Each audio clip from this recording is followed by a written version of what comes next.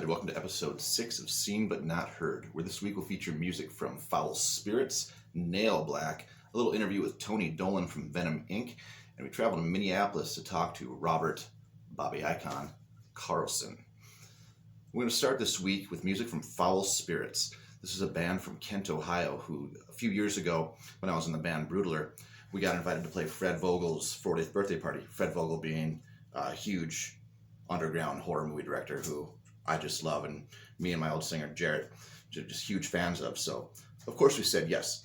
So we traveled 20 hours out there, got to meet the boys in Foul Spirits, and Wally, love you, buddy. Foul Spirits, Lizard. Fire she blows, Columbine High School. Ready to torpedoes.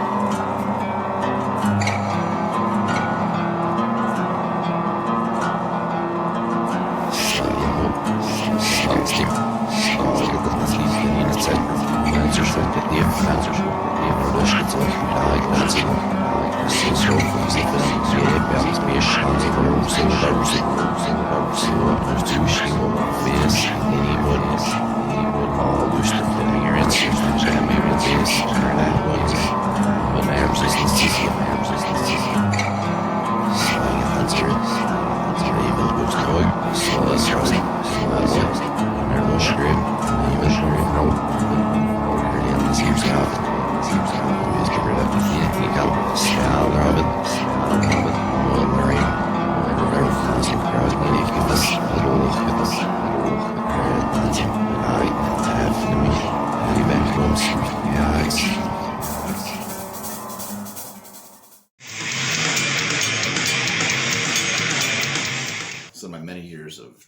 between playing shows, going to shows. I've dealt with some shit, seen some shit, and I like sharing these stories because they're part of my history, and some of them are pretty fucking funny. Well, I used to do a lot of shows with Green Jello from 2013 to 2016, 17, something like that. Probably played about 13, 14 shows roughly. Just did fill-in work, around the Midwest and stuff. Well, we're playing this casino, Turtle Lake Casino in Wisconsin. And by Green Jello rules, we show up late because nothing can ever be on time. It is what it is. It's rock and roll, baby. Well, they'd given away most of the booze and stuff. Someone snuck a bottle of Yag for me, which was, thank you very much, appreciate that. Used to love the stuff. Don't touch it anymore. So during a Green Jello set, Bill introduces all of us to begin with, and for some reason that night, he started calling me Glenn Danzig, because I have a Danzig tattoo on my stomach, and I usually play shirtless because I'm an adult and sometimes wear corpse paint. Who cares? Well, during the Bear song, he invites a group of people on stage. There's like 30, 40 people on stage with us on this huge stage in Wisconsin at this casino. And this kid, or this guy, is like, man, I can't believe it's you. And I'm like, what are you talking about, man? And he's like, no one's going to believe this. I'm like, I no idea what you're talking about. Need to get a picture with you after the show. All right, man. Works for me, whatever. Show's over. The dude comes up. He's like, oh, can I get that picture? Because no one's going to believe I met you. I'm thinking he's just fucking with me. I'm like, all right. So pose, take the picture. Bleh. Off he goes. And his buddy's like, he is literally convinced you're Glenn Danzig. I'm like, that's going to be super embarrassing for both of us if we post that, because I am not. Glenn Danzig is like this tall, and I'm like this tall. And also, I'm not like 60 years old and angry at the world. So, yeah, if he ever posted that, I don't know, but it was just thinking to this day that he thought he met Glenn Danzig when I am obviously not Glenn Danzig. Has always put a smile on my face, so.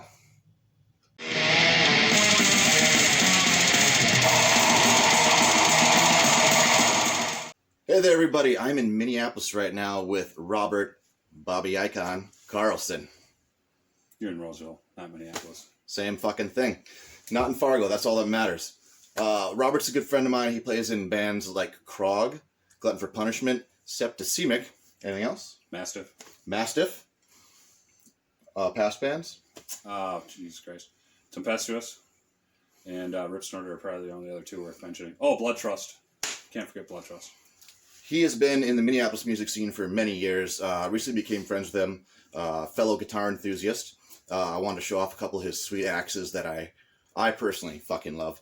So let's start with the Blood V. The Blood V. All right. This is a 2019 custom shop King V. Single humbucker. I put a Black Winter in here. Single volume, no tone. Original Floyd. Blood splatter. There you go. You can show it off. It's your show. Look at that bad boy. This is the one you'll see me stealing from Robert at the very end of the show. I've been joking about taking this thing for a while. It's just a beautiful fucking guitar. And where did you purchase this at? Crondo Guitars out of Waukesha, Wisconsin. And Randall Pearson, I think his last name is. Yep, Good and guy. we will be talking with him at the end of this month, too, actually, about all the cool guitars he gets. Thank you, Robert. Yep. And the next one, I'll let you introduce this one because you know way more about it. This is my custom shop Road Warrior, and Nate didn't know why it was called a Road Warrior until he was at Krog practice tonight, and he finally figured out it's because it's a Rhodes bottom and a Warrior top. Blood splatter, both sides, even on the neck it looks pretty good. I don't know with the light. But, yeah, this is Locking Spurzle tuners, original Floyd 7-string. It's got my Black Winters, which I had him put in.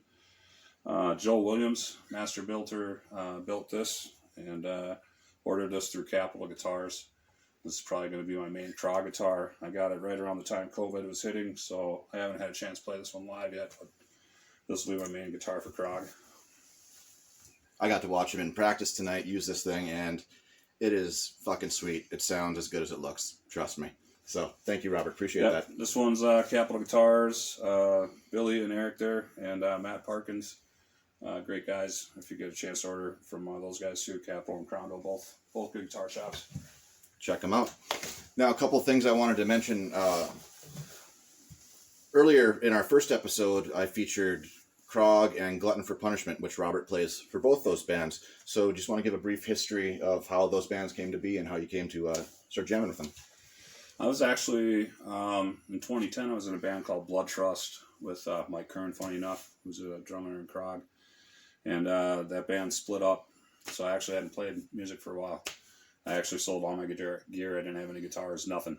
And Brian Owens had put up a post. He was looking to start an old school death metal band. I'm like, if I'm going to get back into something, let's give it a shot. And hit him up. Excuse me. And we didn't know each other. We had seen each other at shows, but we had never talked or anything. And so we just got together, and that's how Krog kind of took off. A few months later, Glutton for Punishment was something I did in 2000 to probably 2003. Okay. It was more of a thrash death metal detuning, not down to A. And but it's something I wanted to continue on, so I'd start playing again, and got the itch to get that going again. So I got Glutton going around the same time that Krog formed. And both bands I love. They're both different styles of death metal. Yep. Krog is more the older school, some probably more technical stuff, where Glutton's more just fast paced, just punch you in the face type stuff. So it's really nice being able to play two different styles with competent people that know what they're doing and enjoy it. And both bands are doing well. Both bands have fantastic musicians, like you mentioned. And there is a lot of people hear death metal, not on this show, and think it all sounds the same. But you can hear similarities of riffs. Sure. Not saying, it all sounds like Pink Floyd's The Wall, where every riff is the same. Yep. But you can definitely hear your influence in both riffs, and it's all fucking crushing. Yep. So, like I mentioned, Robert and I became friends a few years ago through Facebook. And if you ever see us on a post, you'll know that there's a lot of tomfoolery and shenanigans involved. And he was nice enough to invite me to check out the Krog practice tonight, which is the first show I've seen since King Diamond in 2019. So it's been a while. So it wasn't even a show, but a practice is a show to me now. That's how crazy it's been this past 10 months to a year for all of us. Yeah. Last show I played was in March, so it's the first show I played since March for Natanic and Brandon's girlfriend, Michelle. Yeah. It was great. Great crowd response. It didn't fit, though. I was disappointed. No mosh pits. Well, social distancing. Right. The last thing we're doing here. Yep. The last thing I wanted to bring up is, what do you have planned now with the COVID thing, with the lack of shows? You're practicing. What are you gearing up for? So this was the first practice in probably 2 months, I think, Krog's got together. And we, in February, towards the end of February, we're Will Marvalis at 1459 Studios in Minneapolis. He's teamed up with David Rubine, who does video and photography. And they're going to do live mix recording with the video all edited and mixed together. So Krog's got 4 new songs we're trying to get down for that. That's going to be at the end of February. And then Glutton was going to actually record a 4-song EP towards the end of November. But Jordan had to go in for surgery. And the week he was supposed to go and do his drum tracks, he dislocated his kneecap. So we're down probably another 2 months for Glutton gets moving again. So Krog's kind of the one that has stuff in the books. I mean, we're confirmed for Las Vegas Death Fest. We were supposed to be last year. That whole thing fell apart, and then Mike said we're still good if he does it this year. And then, well, it's not Las Vegas Death Fest anymore. I'm sorry. Okay. Edit that out. Okay. Whatever the fuck it is now. I can't remember what he's calling it. And then Chicago Domination Fest that Miguel puts on. So those are 2 things confirmed for Glutton. And then Jesse and I are writing for Septicemic. So, but yeah, it's definitely been a weird fucking year. I'm used to playing. I probably play 50 shows a year, maybe, or 60. Yep. I've done 2, and then COVID shut everything down. So it's been a very odd year. Yeah, it sucks for a lot of us musicians, not just here, but everywhere, all over the world, as you'll hear in this episode with Tony Dolan. He was explaining how things are going over there in London. So it's worldwide. It's not just here, and we're all in this together as musicians. The best thing we can do right now is keep practicing, keep writing, support your friends that are musicians. It's a rough time for us. I'm not going to lie. Sitting, not playing shows it's a high for us. It's the best thing I can compare it to. It's like a drug. Just that rush you get playing on stage with your buddies, playing those tunes. I mean, would you agree on that?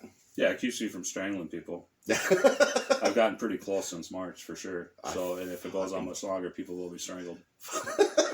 Fucking agree, man.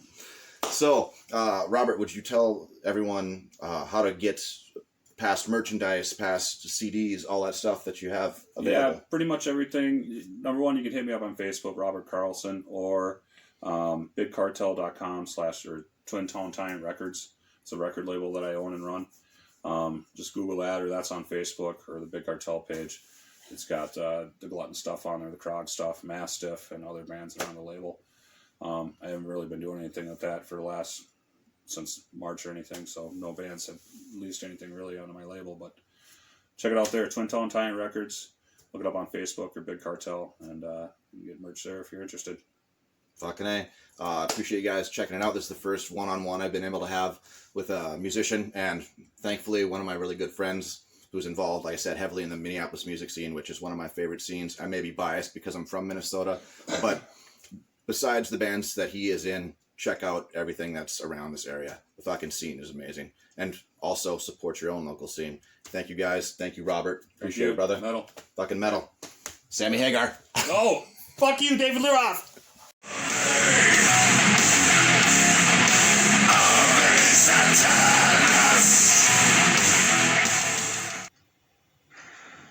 Hey there, everybody. I am here with Mr. Tony Demolition Man Dolan from Venom Inc. How you doing, buddy? Yeah, very good, Matt. Thank you for having me on. And hey, everybody, I hope you're safe and hope you're well.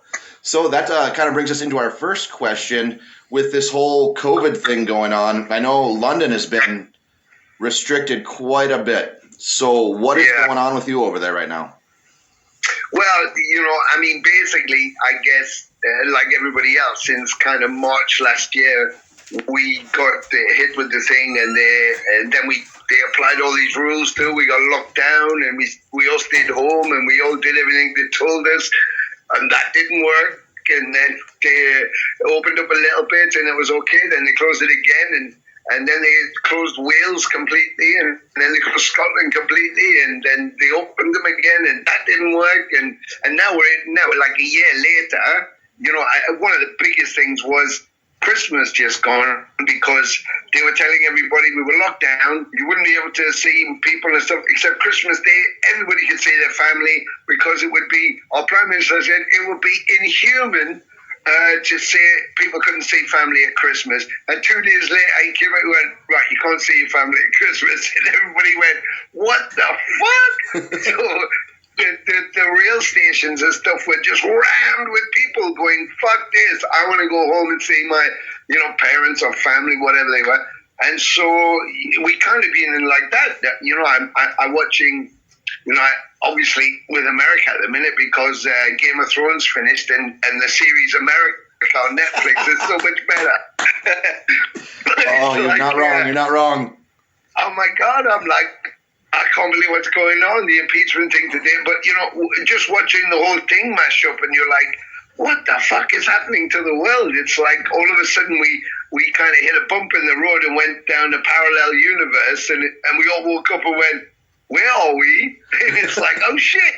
So I guess a thing like that. Now, we had, I was just talking today with our Australian and Hardline Media, because we were due to do a tour with Exciter this year. 2020, of course, it didn't happen. Yep. Looking to do it this year, but we got to push it to October. But even then, Live Nation in the US was saying maybe nothing as far as touring goes until 2022. And, the late fall before any live shows, I'm like, oh my God, another year like this. And I thought we had a vaccine. But I just think that, there's lots of people to blame. Of course, I guess in the US, half of people are blaming the president, and half are blaming CDC and the World Health Organization. Of course, it came out of China, so we have to go like, what the fuck were you doing? And and here we blame our government, of course, but I think everybody's just going to blame their government for not protecting them because we're just panicking, going, is it real? Is it not real? Is everybody going to die? Is half the people going to die? So it's just crazy. So, yeah, I mean, I've basically been in the same situation since March, like most people. Yep. And just doing online thing. I mean, when I think about 2-3 years ago when people said, in interviews, or maybe longer, they'd go, what do you think about internet, music online and all of that? And I said, well, I think it's a great way because young bands, young musicians can make their own website, can publish themselves playing, they can even sell their own merch and sell their own music. I said, so it's a way of them reaching out to an audience. The downside is, those bigger bands can have some music taken from them. Yep. But if you've got income that's like, a platinum record, I don't suppose a couple of 100,000 records are going to make much big difference to your bank account. But I guess it was the principle of if you're stealing from the industry, then what about the younger bands coming through? However, when you fast forward to the year we've just had, if we didn't have the internet, could you imagine? Oh, man. Right? I mean, from music, from everybody creating super bands to recording stuff to doing online events and Zooms and everything. I mean, it's kept us all alive, and I thank the world for fucking the internet to keep us all connected. Otherwise, we would have been nuts, Yeah. And speaking of that, a couple years back, you guys did a tour with Goat Whore, and they just did a live stream, and it was fantastic. Yes, they did. Any plans, maybe? Well, we did a thing. There was a festival. We did Bloodstock, and we did a couple of the European festivals. And in the summer, those about 12 festivals had an idea to come together to form an alliance. And what they would do is they would have, Vakken did one as well. They would do like an online festival weekend. Mm-hmm. So each festival picked 3 or 4 bands and asked them to perform, and you could play them live, in your rehearsal room, or if you wanted to go to an expensive place. And we got asked by Bloodstock to represent them in the event, and I said, yeah, sure. So full set. And then I hung up the phone, and I was like, oh fuck, Mantis lives in Portugal, I live in London, and Kling, we have Jeremy Kling, who's playing drums for us at the minute, is in Florida. Yep. And I was like, how the fuck am I going to do this? So then I had to say to the guys, look, I've said yes to something, but we might have to think about it. So basically, we just went online, ordered green screen, and we all played live against the green screen, and then I edited it, and then Nuclear Blast helped me. We did a whole concept edit, and then we sent it to them, and they put it on, which was cool. It was unusual and very, very different, but it was, I thought, if we could do it, we can do it, and we could do it. It's like, fuck it. So, but I preferred like a Destruction had just done one a couple of weeks ago, I think on Christmas Day or New Year's Day, and of course the Goto one was just the other night there, which was mental too. Yeah. And I'd really like to do that for us, but with us being locked down, Jeremy being in Florida, there's really tight restrictions there. Yeah. With the US. And me being in England, I'm totally fucking locked down. We're like dislocated from the world now, Brexit as well. So between Brexit and COVID, fucking hell, we might as well be back. Yeah, it's like, what? So I'm just waiting to get a letter from Mars saying you can't come, fucking UK can't come anywhere near Mars. And then we got the set. So yeah, it would be great to do an online live thing, but practically we're just fucked. We can't. We don't. I wish we lived in the same town. It would be so much easier, but we don't. So that's a big thing right there. Speaking of kind of the how you guys are so separate from each other right now, I just saw recently that you were part of the Metal Against Coronavirus with that's right, a good friend of mine, Guillermo Miranda, who was on this show a few weeks ago. Oh, wicked. Yeah. Yeah, that's a brilliant thing. I mean, they kind of got in touch with me because through Prika Amanal from Nervosa, because I took them out on tour when we went out with Suffocation, and I got some younger bands, and Nervosa was one of them, because I'd heard that the reason I got them was because I'd heard that Kronos had done some shows as Venom in South America, and they were on the tour, and apparently he'd been a bit of a twat to them. So I kind of felt bad because they were really just young girls, and I wanted to make up, say we're not all like that. So that's why I took them with us. But they were amazing. And then Preca contacted me, told me about the coronavirus, Metal Against Coronavirus. They'd written a song, would I come and do a joint vocal and stuff? So I was like, yeah, sure. And I was so lucky to be part of that. It's such great musicians and players. I think Jimmy Murphy, he did a song as well, and so it was a load of friends, load of great musicians, really nice people, and for a great cause. So right. Yeah, it was amazing. Yeah. So what's cool about that, like you said, without the internet, this would be a damn near impossible task right now. Everyone would be tape trading for weeks, and who knows how long it would take. But it is really cool that we have this, because like right now, we're doing this interview this way.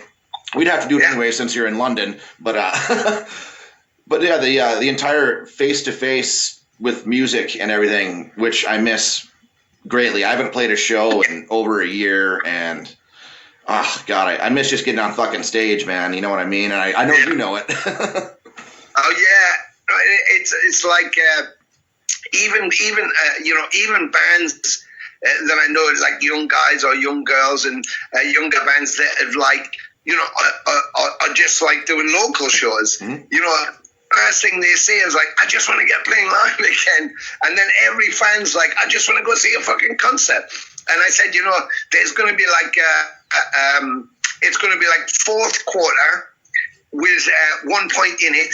And that's what it's going to feel like with both teams rushing when it opens up again, because everybody's going to want to go and play shows, and everybody's going to want to see.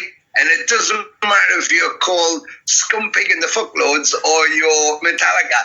Whatever you play is going to be rammed with people, because they're going to go, I don't even give a shit if it's folk music. I just want to be at a concert. Do you know what I mean? Oh, man. And that's, people are just bursting at the seams. But the great thing about it, Nate, is another one of these things that this pause in life, because it's like being a pause button. The hugest pause button on the planet has just paused us. And it's kind of, we've reevaluated things. But one of the things I've realized more than anything else is how vital music, all kinds of music, is to us. Yep. It's a human, everything is rhythmic. Our heart is rhythmic, our beating of our eyelashes, or everything we do has a rhythm to it. And music is just an extension of us existing. And it's like having, 20 beats of your heart not happen each day, and you don't know when they're not going to happen, but you got to prepare for it. And every day it's like hard to, but you get through it until the next day, and you're hoping that all of a sudden it'll be okay. And I think that's what a lot of people feel, that music is just like, wow, man, as soon as I can get back at it. Because we do lots of things online, like you say, I just did a project, Sabatonero, which came out of the Italian. Some Italian musicians contacted me. Would I do a Hole in the Sky, play bass on Hole in the Sky? Okay. Just for some fun for Italian musicians during lockdown, which I did. But we really liked doing it. It was great fun. I said, why don't we do an album, and we'll do it for charity, and we'll do it for frontline workers in Italy. Everybody needs help. Why not for them? They were hit really hard initially, Yep. And so that's what we did. And I made a few calls. I got Snowy Shaw in there, Marty Friedman, Mantis, of course, Steve Sylvester. James Murphy's on there, Terence Hobbs.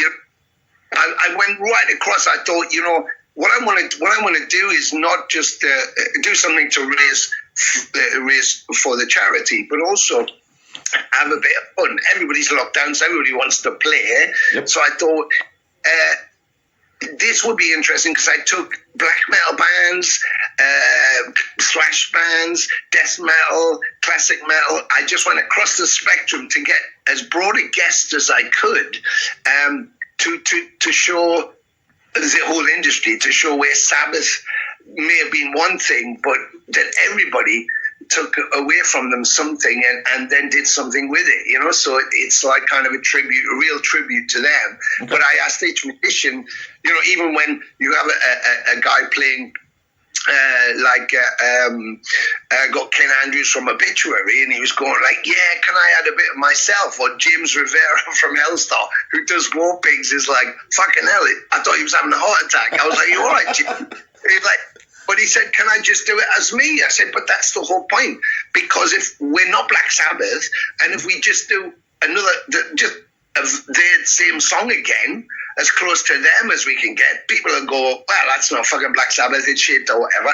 But also, what's the point in copying Black Sabbath? You can't be Black Sabbath. So I said, what I want to do is I want you to play as you.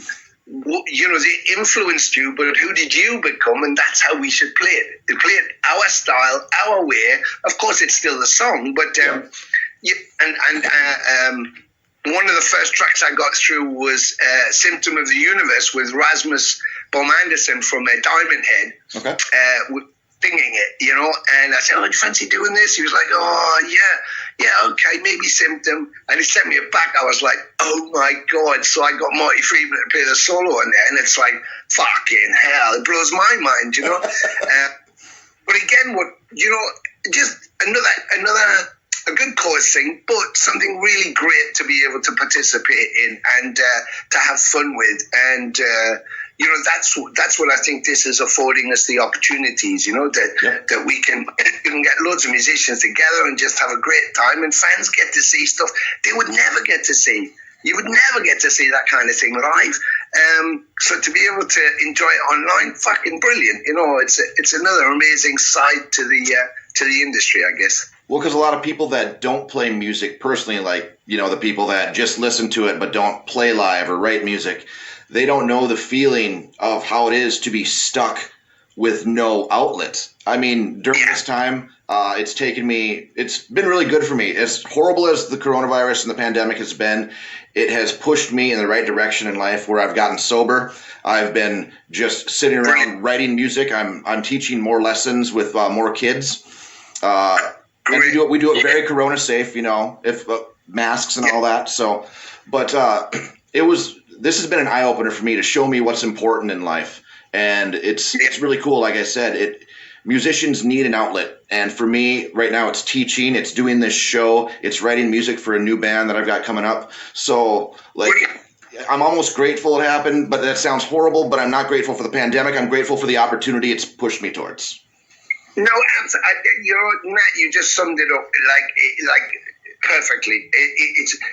I'm in exactly the same zone with that. It's like, you know, while it sucks and I don't want anybody to die or to be ill, you know, even if you survive and go, well, my uncle had it, but he survived, but he's been in the hospital for 6 weeks, you know, you got to be your uncle in his head, in his body, lying there on a ventilator trying to breathe. It's like, fucking hell. So I don't want anybody, I certainly don't want it to happen to me. And, you know, recently, just the other day, I lost another very close friend. I'm sorry. And several in the weeks before, you know, and it's so, you know, I don't want that to happen to anybody.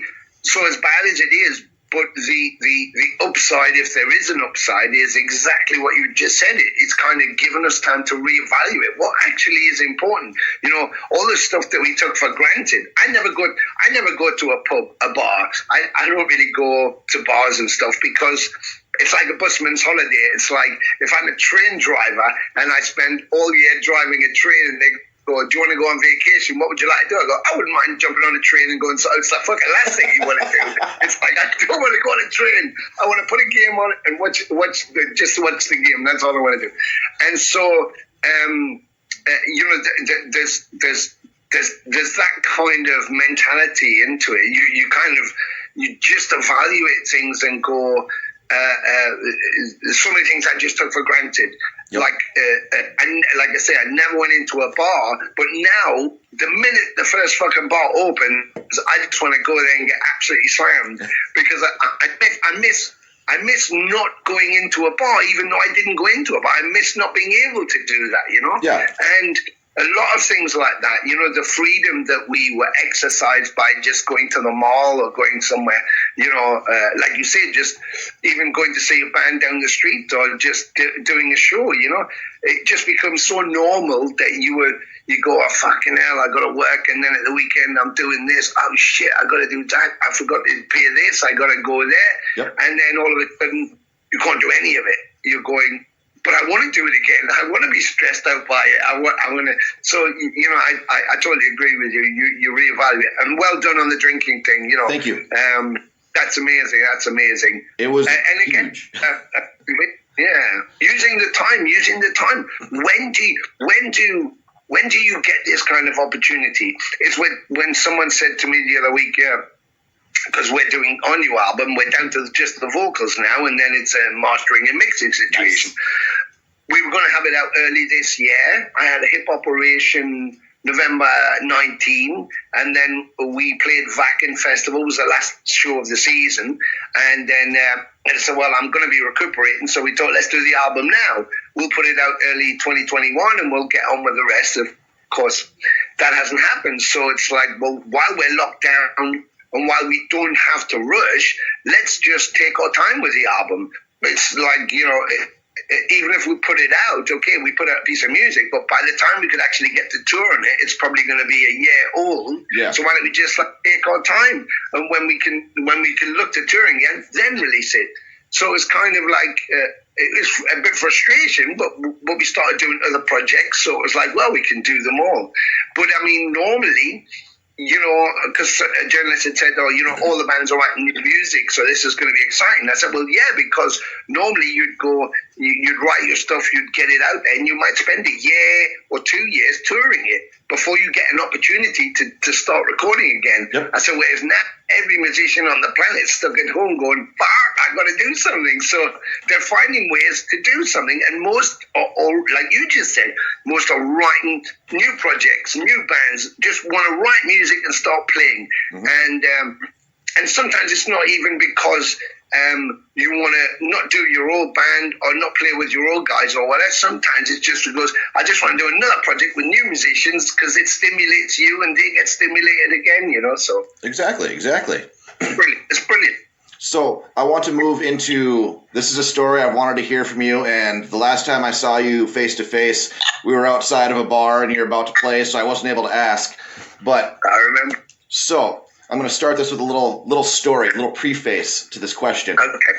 When I was, I believe, 13 or 14 years old, I went to a local record/movie shop called Media Play here, and I stumbled across Venom Live 1990 on VHS. Oh, shit. Yeah. And I played the fuck out of that VHS tape. And that's how I was introduced to you, because I'm like, wait a second, that's not Kronos. Yeah. So, looking through old Metal Maniacs and stuff like that, trying to find the story here, because this is pre-internet days. You can't just look up, who's this Demolition Man? So I want to hear the story from your mouth. How did you work your way into getting into the Venom circuit? Okay, well,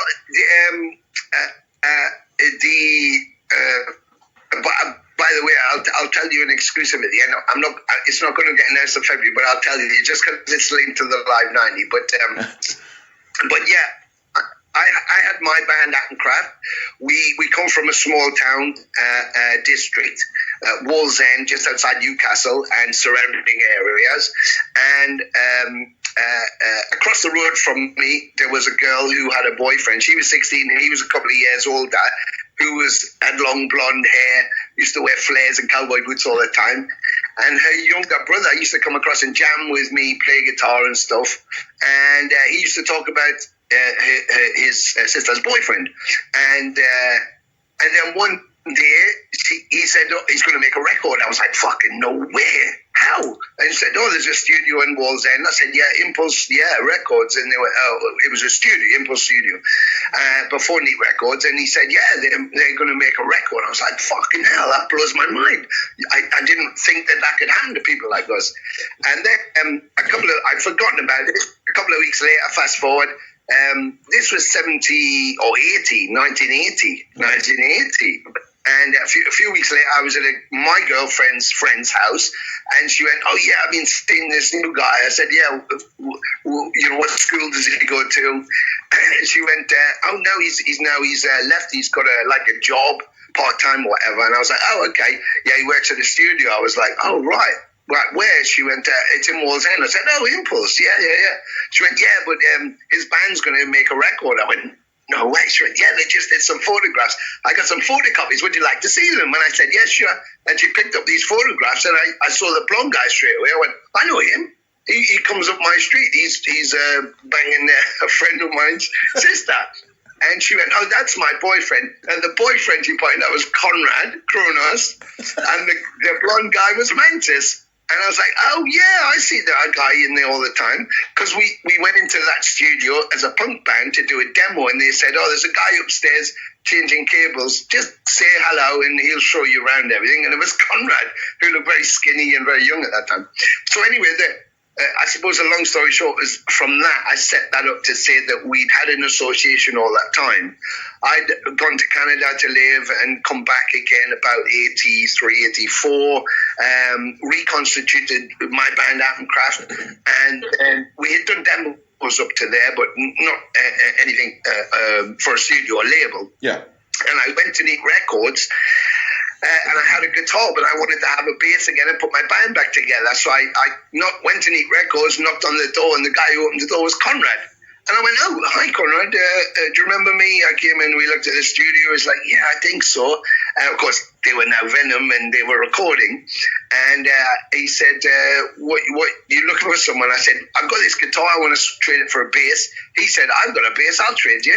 So I was like, okay. So he gave me his shit bastard Flying V that he used at Hammersmith Odeon.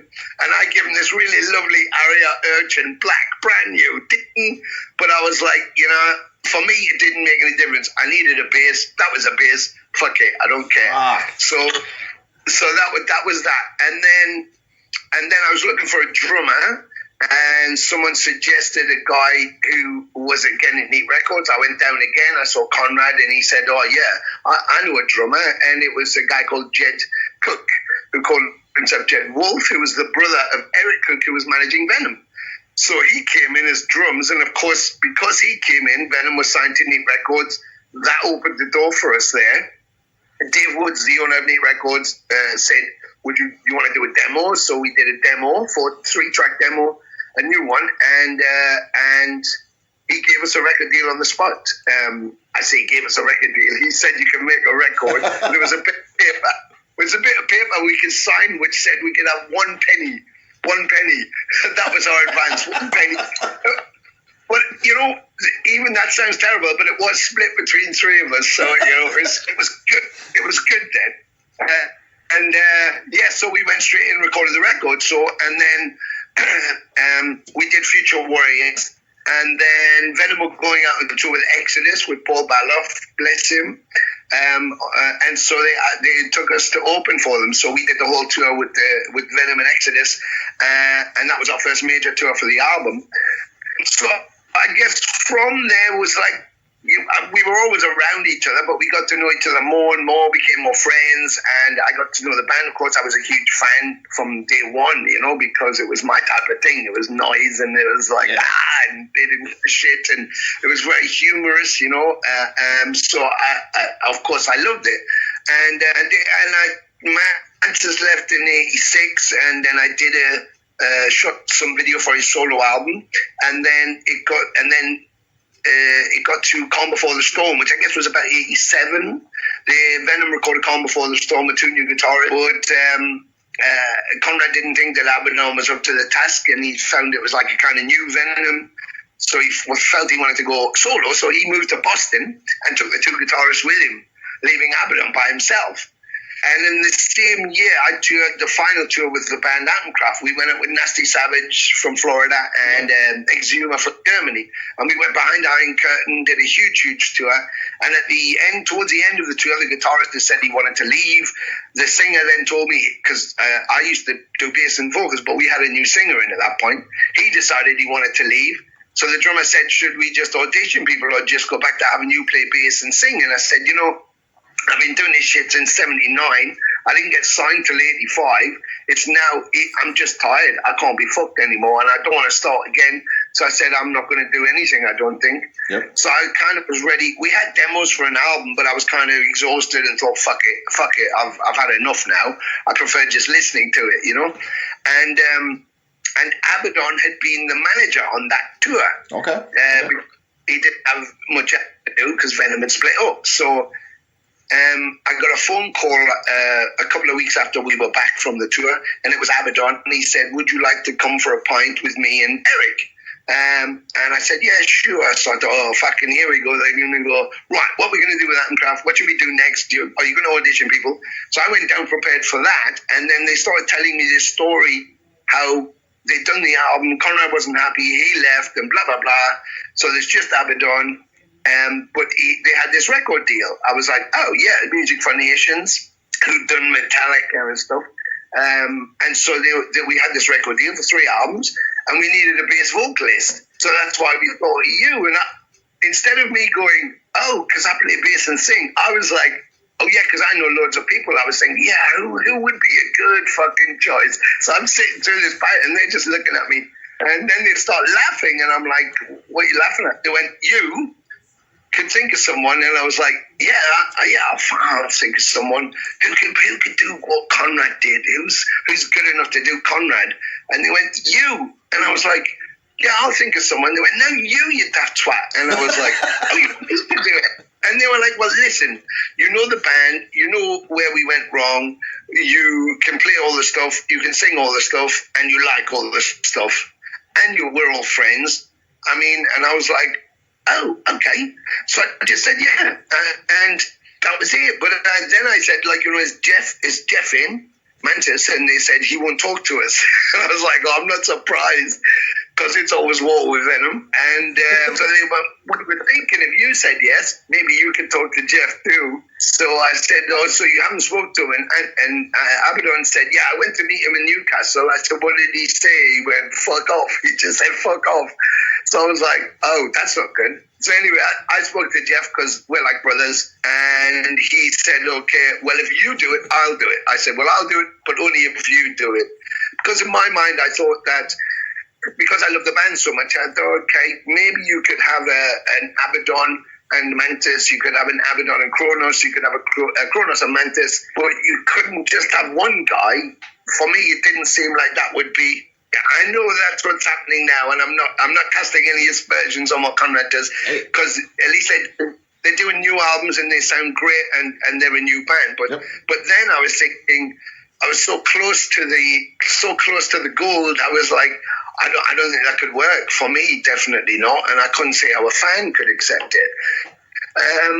But nevertheless, we went ahead, and by the time Jeff had come in, it had been some weeks before that they'd asked me, and Tony said, "Would you write some material?" So I already had like a few songs in the bag, Parasite, Black and Other Priests, stuff like that. Okay. I already had pre-written them with the idea of, if Jeff said yes, are we ready to go?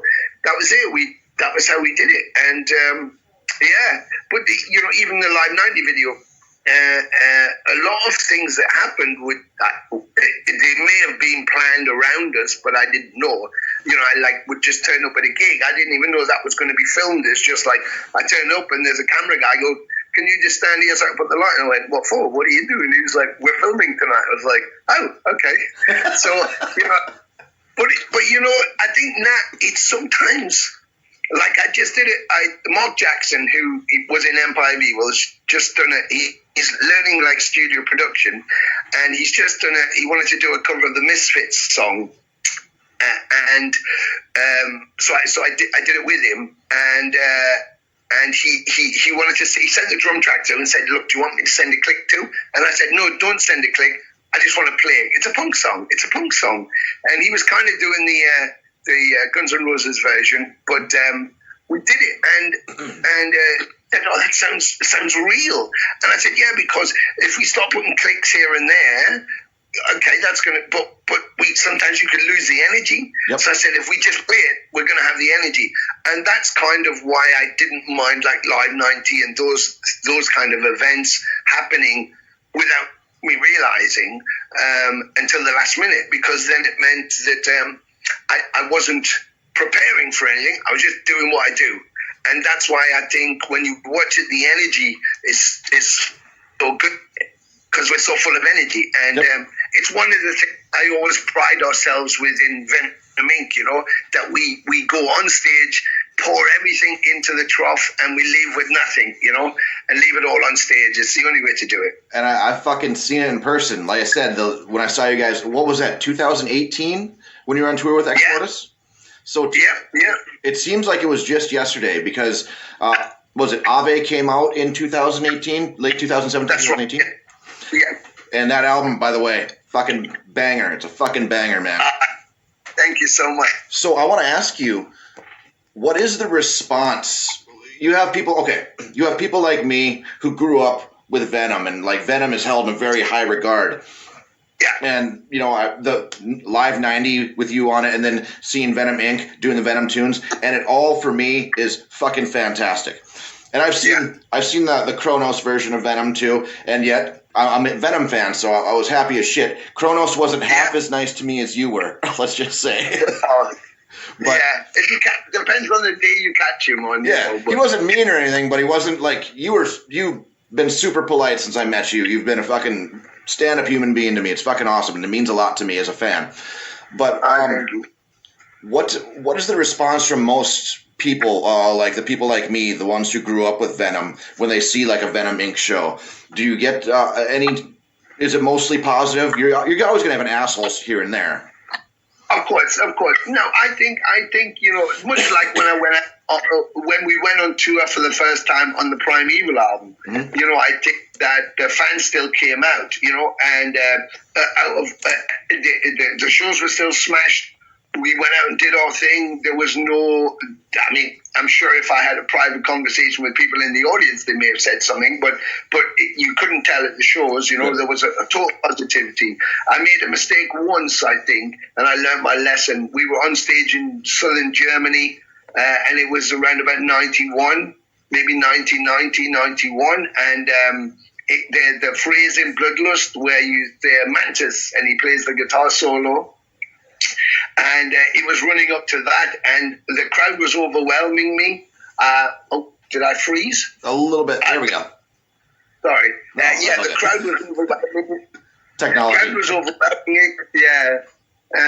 The show was going so well. The crowd was overwhelming, and I going up to the lead, I said, "Kronos, who the fuck is Kronos?" Wrong thing to say. All of a sudden, it literally was like turning a light switch. Everybody was like, yeah, fucking it. And the minute I said that, they were like, fucking asshole. And I was like, oh, shit. And, it started to get, I thought I was going to be trouble at the end of this.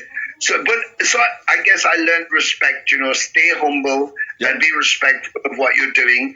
And of course, the material is such legendary stuff. You have to mean it. You can't just cabaret. It has to mean something. And so that's how I do. And I think that, like, I've had lots of dissenters initially, and they're fucking cover band and fucking all of that. But then they come and see us and they go, oh, they're fucking serious about this, and it feels real. Yeah. And it's like, that music is it. It's a feeling. You know, you can sit in your bedroom as we used to in the old days, listening to your vinyl record with a picture, if there was one, on the back of the album or the front, and that was all you had. Yep. So the music was more about how did you feel, and then, you know, with the internet, of course, but with all the publicity that goes, you kind of become more about the image of the band and what they're saying and stuff, and the music becomes a kind of separated thing. But when you go live, you should be able to close your eyes and have all those emotions that you had. And, you know, I'm very fortunate to have been in situations where, you know, I've had grown men, you know, 50-year-old men, you know, beards, the whole fucking thing, crying at the end of shows, going, fucking hell, man, when you played Live Like an Angel. I remember the first time I heard that, I was like 60. I could feel I was a 16-year-old kid again. And, you know, another guy was like, wanted to hug me, wouldn't let go, was just like this huge fucking 6-foot guy upstate Washington. Just I came off and he came across to me and I thought, oh, he doesn't look like he's happy.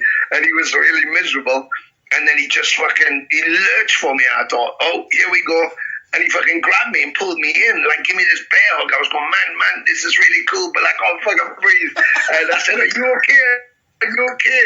And he said, I just can't let you go. I can't let you go, he said. The first time I ever heard Live Like an Angel was a B-side of In League with Satan, and I just turned 15. He said, when you played it tonight, I was a 15-year-old boy, and I just started crying. He said it was amazing.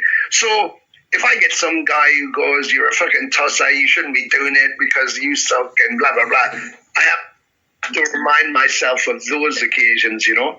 And most people have been amazing, the older fans, yeah, because they know the history of the band and they like what they like and they don't. You do get some real hardcores who go, but they only like the first 3 albums or 4 albums anyway. Yeah. So they prefer the first 2 because they're the classics.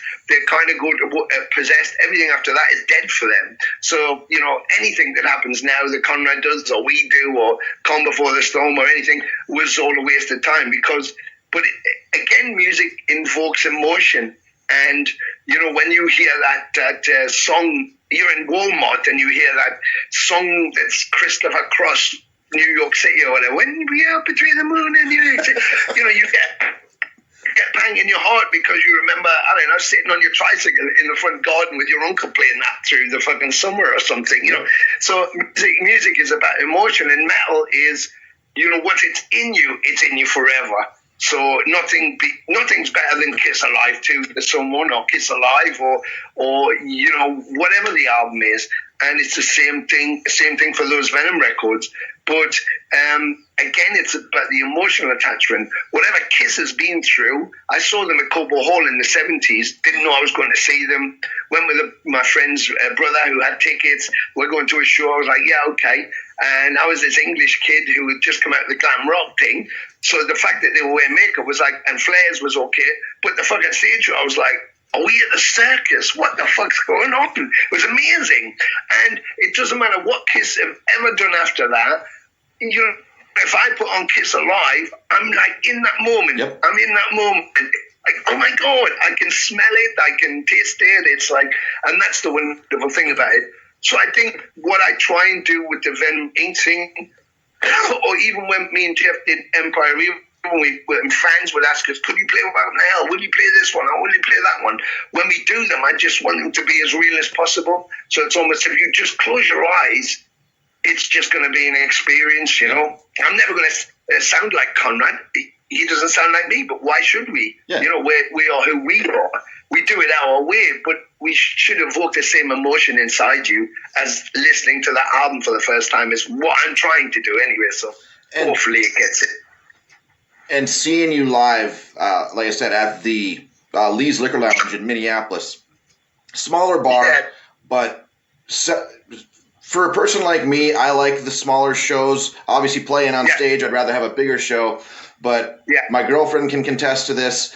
Like, I would run up to the front, then I'd come back for a shot. You guys would play another classic. I'm like, I'll be right back. Just going back and forth and just losing my shit. Because, like I said, like you said, it brings that emotion of the first time hearing it.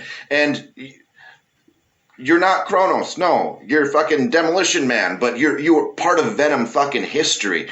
So as a person who respects music and respects bands that sometimes people have to move on, but you give the person who's on stage that fucking respect. And you fucking earned it for me the second I heard live in 1990. And goddamn, that was a hell of a show, and I cannot wait to fucking see you guys again. Holy shit. It's a great deal to me. It really does. And that's it, you know. I mean, you know, we played the last season that we did, 2019. We were very fortunate. We played Hellfest. We played VAC. I mean, you're talking hundreds of thousands of people in a gigantic stage, you know. Yep. And we've done, you know, Alcatraz and just tons of festivals, and they're amazing. You do get lots of stage space, and there's a gabillion people staring at you, and that's great. But I've done clubs, and we've done clubs where the people are there. You know, I did one in. I remember we did some kind of loft house thing in Denmark once, in Copenhagen, and we played there. I played there many times over the years, but this was you know, maybe 600, 700 cap show, but a quite low ceiling, and then in this kind of weird loft apartment thing, and literally my mic's there, and I'm doing Warhead, and there's a guy like on the other side of it, so we're just staring at each other, and we were staring in each other's eyes.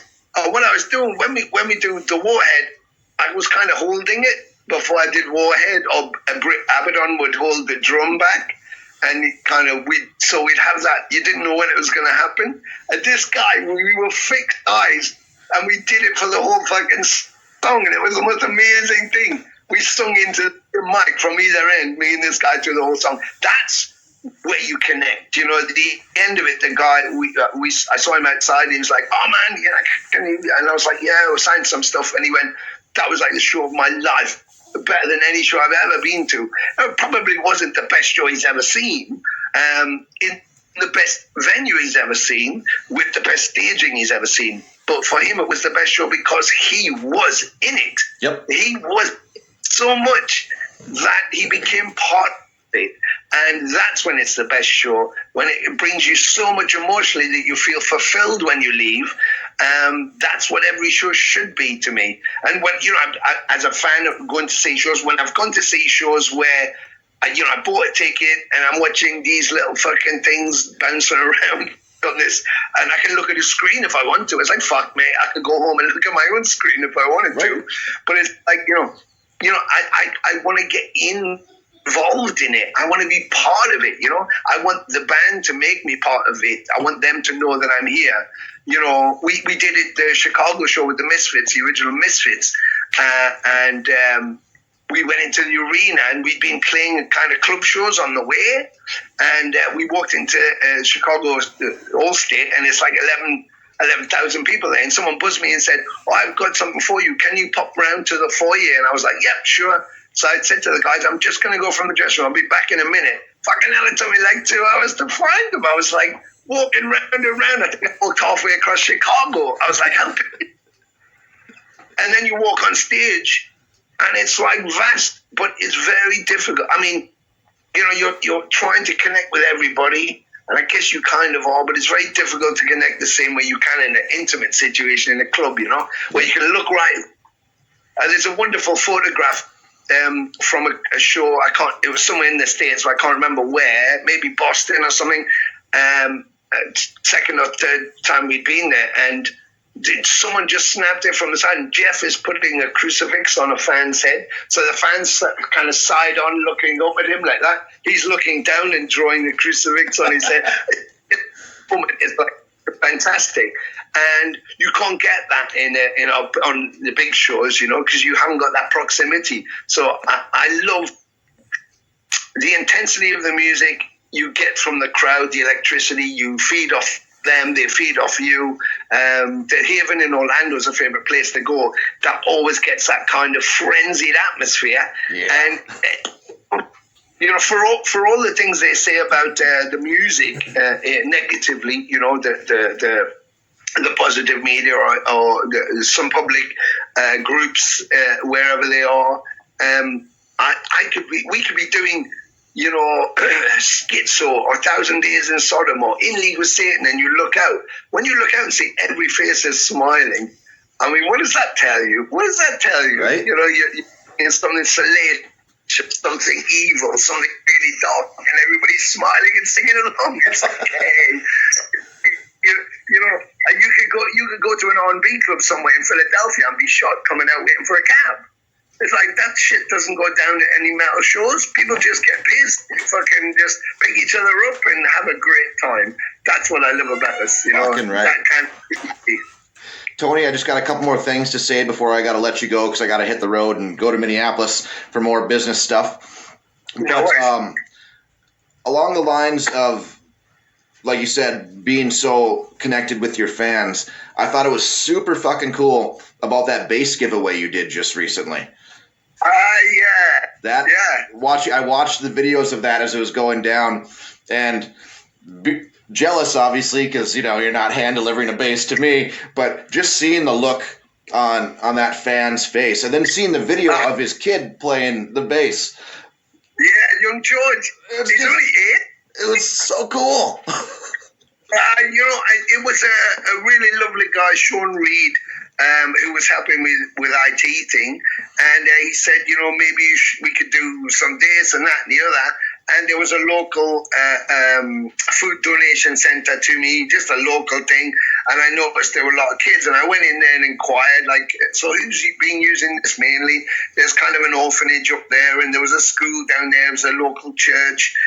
It was just community people. I thought, so I said to Sean, maybe I should do a competition, because I've got some stuff. There's no point me having everything, and people always want it, and I don't know what to do with it.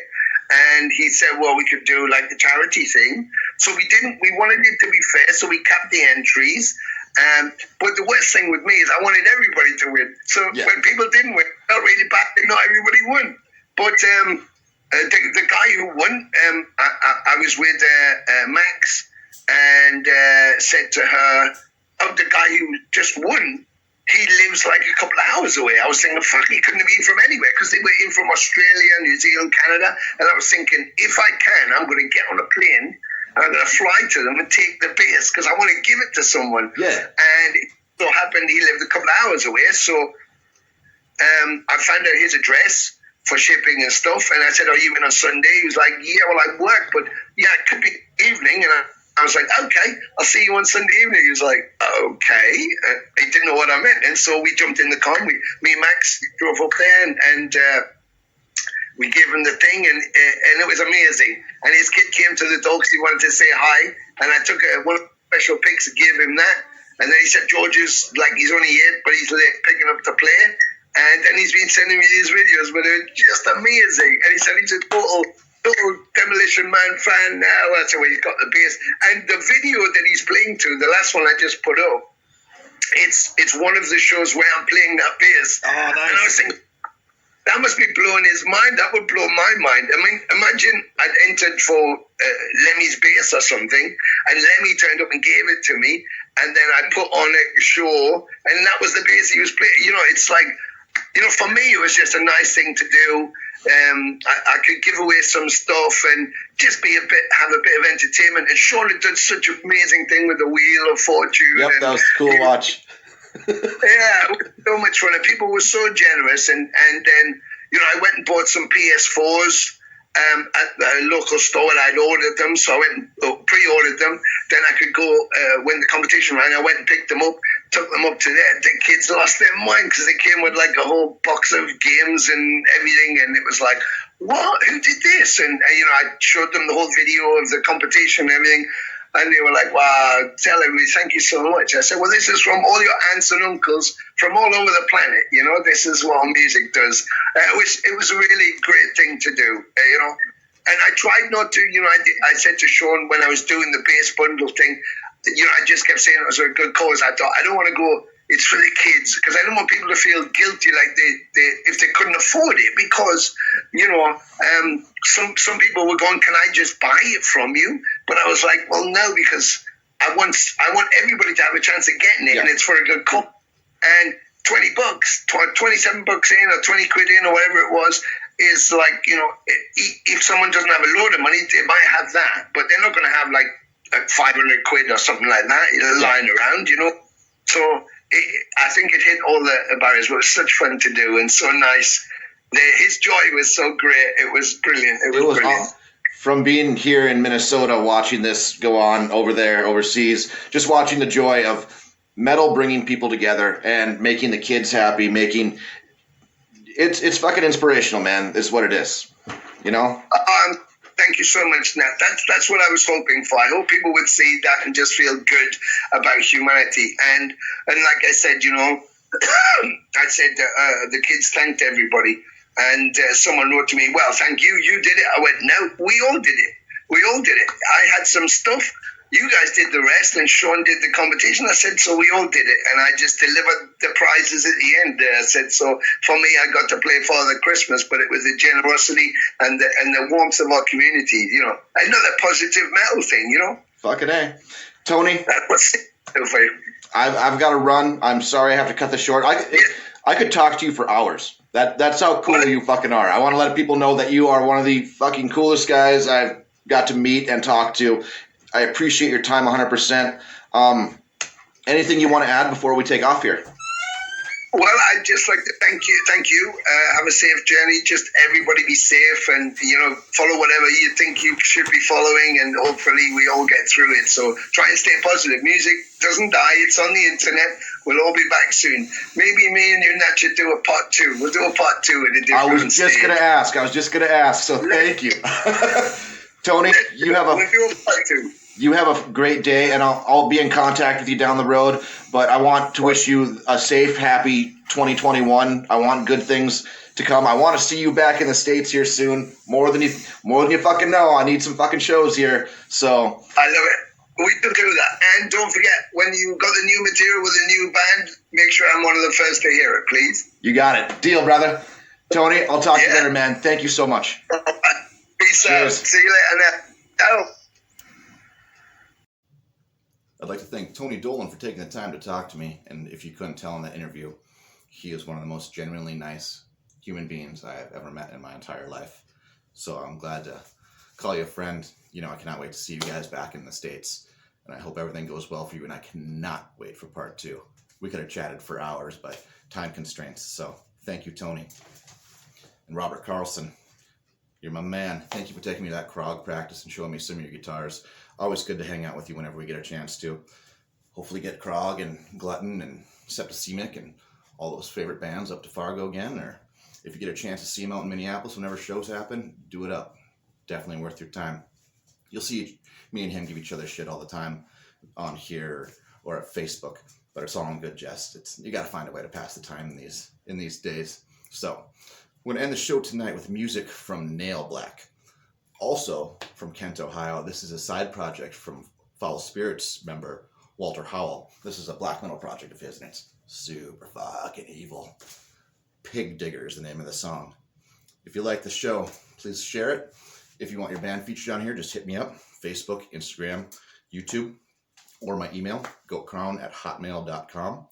And as always, support metal, support the underground. Hails and cheers. Brrr.